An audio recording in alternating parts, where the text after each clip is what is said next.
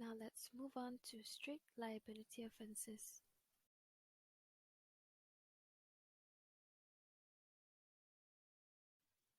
As an introduction, the rapid increase of the so-called strict liability offences in the criminal law has caused vehement opinions and also unanimous criticism of analysts and philosophers of the law.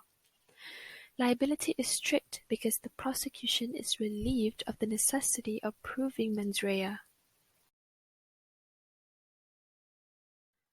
There are two terms that are frequently used when talking about strict liability offences, and that is mens rea and also actus reus.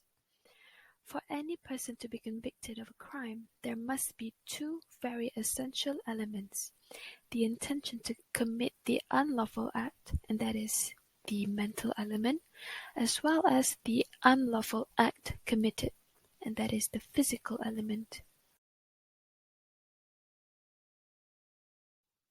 So what is mens rea?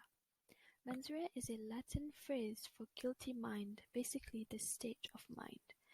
In a case, the prosecution must prove that the defendant had the mental element or guilty mind while committing a crime to secure a conviction.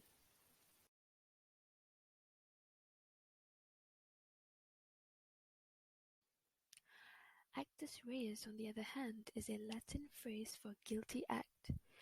Actus reus is a wrongful deed that comprises the physical components of a crime that must be coupled with mens rea for one to be held criminally liable.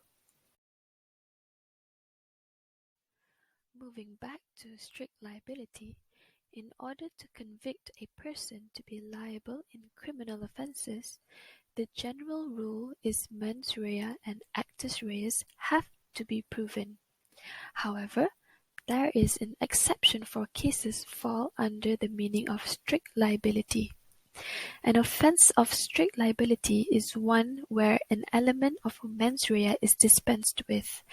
It is one where proof of actus reus alone suffices for a conviction, however morally free from blame the defendant may be.